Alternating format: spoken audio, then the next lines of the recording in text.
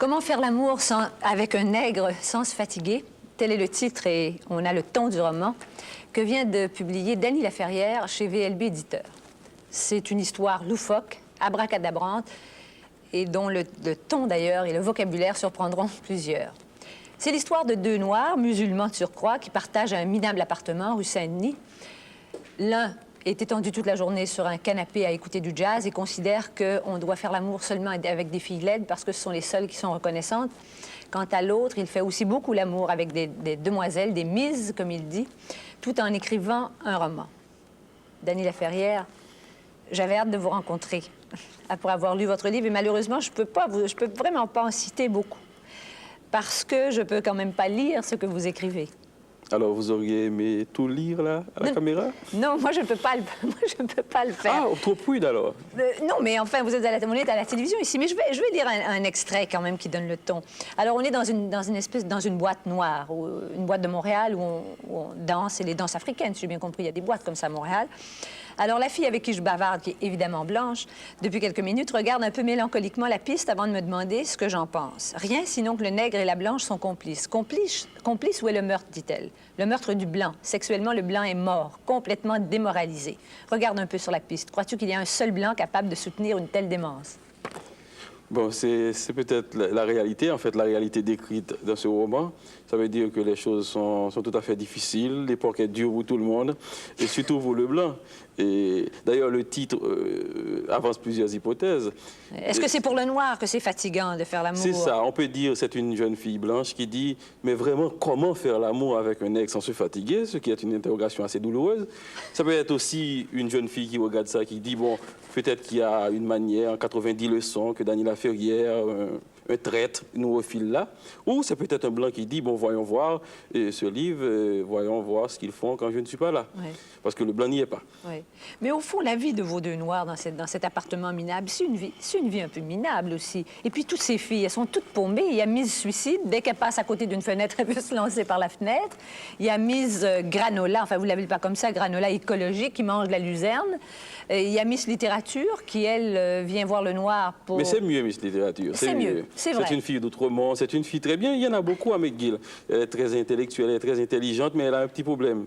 Elle aime un peu ce qui est minable, elle aime ce qui est bizarre, elle aime le tiers-monde. Ça l'excite, quoi. Oui, c'est ça. Comme elle ne peut pas aller en Afrique à tout bout de champ comme ça, alors elle vient au Carré Saint-Louis, dans ce minable appartement, rencontrer le tiers-monde. Oui. Mais le tiers-monde, c'est des garçons pas tout le temps gentils. Hein. Non, c'est assez lucide, en fin de compte. Oui. C'est des types qui regardent ça. En fin de compte, c'est un regard très dur sur Montréal. C'est un regard très dur sur les Noirs aussi. Et sur les femmes aussi. Ah ben ça, alors là, j'allais pas... Ça, c'est évident. Mais en même temps, c'est tellement fait avec humour que, vous savez, avec l'humour, on pardonne beaucoup de choses. Oui, parce qu'il y a beaucoup de tendresse dans l'humour. C'est toujours... dès que l'humour arrive, ça veut dire que ce que vous lisez là, il y a quelque chose qui est une distance, qui est un petit désespoir secret de celui qui tient, qui parle avec cet humour-là. C'est un regard toujours tendre, l'humour. Oui, mais comment, j'allais dire, comment vous avez fait pour avoir cette imagination? Et puis c'est complètement fou. À tout moment, ils citent le Coran.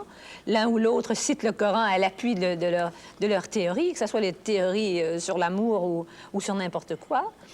Ce sont des religieux, ce sont des types bien. Mais vous n'êtes pas musulman, vous êtes haïtien. Non, je ne connais pas le Coran très bien aussi.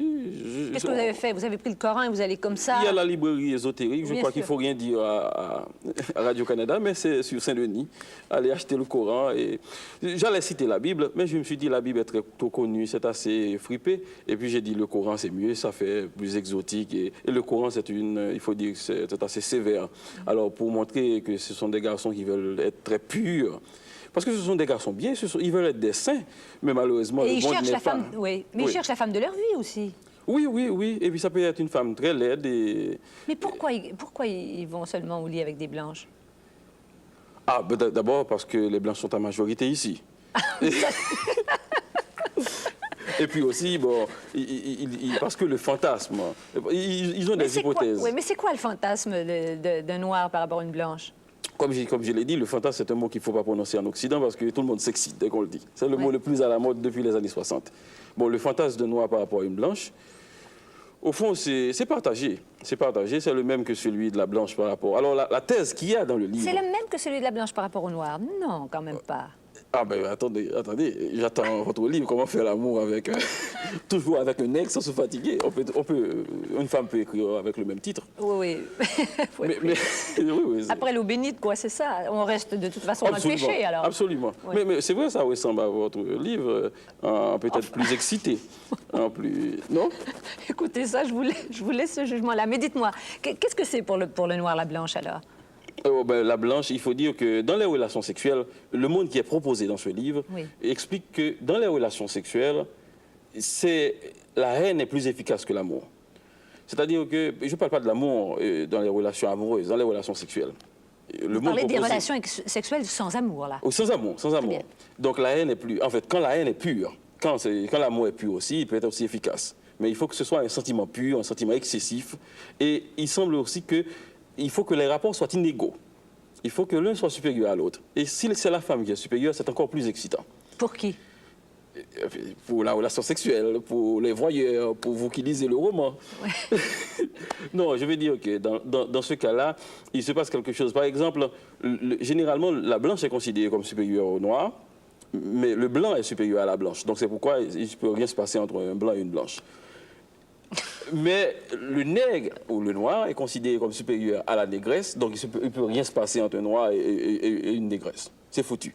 Mais au milieu, entre une blanche et un nègre, alors là, il y a toutes les possibilités. Et plus la blanche est instruite, ah, bien sûr. Plus c'est excitant, là. Ah, bien sûr. Pavessé l'avait dit, c'est ce qui m'avait mis sur... Pavessé avait dit que quand la femme, César Pavecchio, oui, d'accord. Quand la femme est riche, elle est instruite, elle est bien parfumée, il y a quelque chose de... Elle a du pouvoir aussi. Il y a quelque chose de beaucoup plus aphrodisiaque même que l'histoire de la traite des Noirs. Vous vouliez choquer ou vous vouliez faire rire? Ça est écrit sous le mode de l'humour et peut-être de la provocation, mais c'est une histoire désespérée au fond. Au fond, l'histoire exacte, c'est l'histoire de deux types qui, parce qu'ils sont considérés, vus, perçus comme des Noirs, n'arrivent pas à échanger avec des gens qui sont au même niveau qu'eux. Vous remarquez que c'est un roman, ce sont des Occidentaux. Il n'y a pas de plaisanterie. C'est-à-dire, ils sont ici, ils connaissent la peinture, la littérature, ils savent tout. Ils n'étalent pas, on voit ça dans les interstices, qu'ils savent tout. Donc, ils devraient rencontrer des gens comme vous, qui écrivent des livres, qui font la télévision, qui connaissent la littérature, des trucs comme ça, mais ils ne les rencontrent pas.